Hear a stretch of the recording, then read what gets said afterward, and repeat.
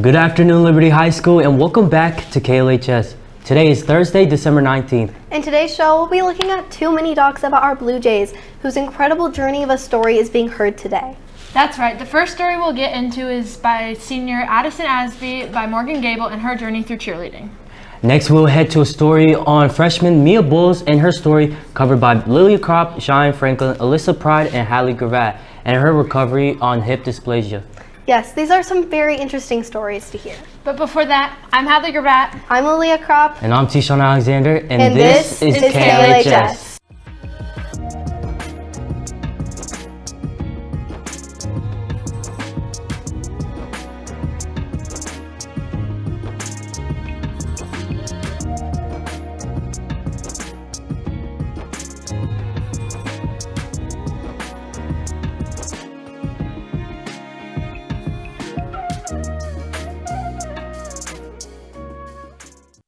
.8% of all high school athletes make the team as a freshman on varsity. In this case, senior Addison Asby has made varsity all 4 years on the LHS cheerleading team. Let's head over to her story now. My biggest advice would be to stay motivated and go big or go home, because really you can't do too much in cheer. So I was actually involved in gymnastics growing up, but the high school coach was my kindergarten teacher, so I always kind of knew that that's what I wanted to do whenever I got to high school. So whenever I quit gymnastics, it was like the perfect opportunity to join. I mean, since she was in diapers, she was running around the house singing and flipping. She started learning how to somersault and cartwheel at a pretty young age. She would literally handstand just for 30, 40 feet. I quit gymnastics because it was like COVID year, and it was getting really hard on my body, and it was a really big commitment, and it wasn't something I thought I could commit to at that age. So whenever I quit, I actually focused on theater because that's what I was doing 8th grade year, and then that opened up a ton of free time in my day. So cheer, it was easy. It was an easy transition to be able to go to cheer practice. Freshman year, it was a big deal to make the varsity team, and she really had to show her tumbling skills in order to get her to, perform at that varsity level. It was hard too because she actually didn't make mat.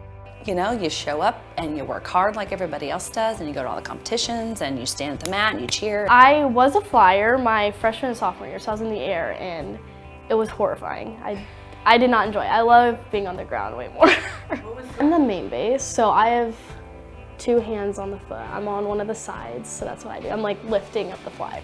So in our routine, we have a cheer, a dance, we have a pyramid, we have stunts. Stunting is when you're taking 4 people, there's 3 on the ground, you're lifting 1 person in the air, there's 2 people on the feet, and then there's 1 person on the ankle. And you're flipping them, you're spinning them. My biggest support would definitely be my mom. She's at all of my events that I go to. She's like the mini cheerleader too. She likes to bring pom-poms and wear bows with me to everything. She's definitely my biggest supporter. Showing up every Friday night, because that's where I get to, watch her do her thing, is really important. There's a lot of pressure in high school. You always have to be the best, or there's a lot of pressure with, how you look and that sort of thing. And I'm really proud of just watching her kind of go through that with a lot of grace. Just having confidence in yourself and just doing everything you can to show, even if you don't have a skill, doing it, even if you fall, you're showing improvement and you're showing that you want to do it, is something I think coaches look for if you're going to be able to be coachable, and if you can take corrections and you can build yourself up, you will be able to become a better cheerleader even if you don't start like that. Thank you, Addie, for sharing your story. The cheer team is definitely going to miss you. Yes, she definitely shows that it will work out if you persevere through. That's right. Speaking of persevering through, we have another student that showed how to persevere through. Let's go to Alyssa to hear more. Most people aren't diagnosed with hip dysplasia until they're newborns. However, Mia Bowles wasn't diagnosed until she was 8 years old. For her most recent surgery, I had the chance to talk to her and hear her story. Let's head over to her now. Right at the beginning of 8th grade, I started noticing really bad hip pain. Just couldn't walk a lot, couldn't run at all, always really sore and in pain. And so we went to the doctor because my mom has hip dysplasia, and so we kind of assumed that's what I had. And so we went and got it x-rayed. Turns out I had it. And so that's when we just started planning to get surgery to fix it and like try to prevent getting a hip replacement.